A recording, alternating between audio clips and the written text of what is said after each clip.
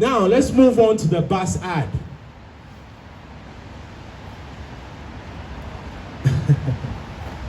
There were people that said, I put up that grotesque poster.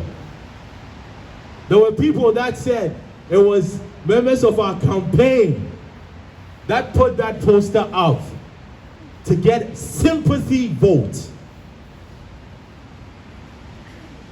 You can ask any Ward 14 resident. Every day we were in the street. I don't need sympathy votes. We're trying to create a better city. And that involves hard work. That's why we were out there every day talking to everybody. Even when they disagreed with us, we still explained our position. Let's move on to the Hamilton Spectator.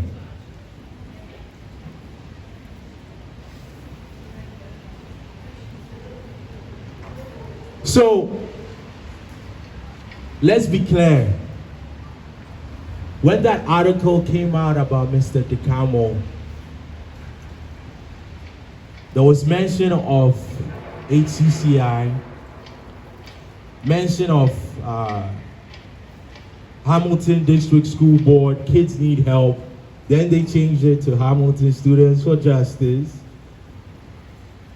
And Mr. DeCamo was never part of Hamilton Students for Justice. Let's get that on record.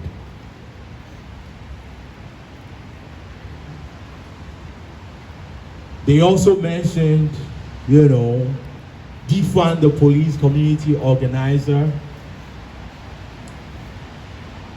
And I had a conversation with Mr. Burton. And I said,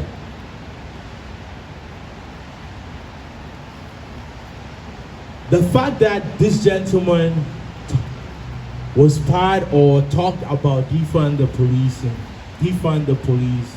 what was the connection to the alleged crime that he committed?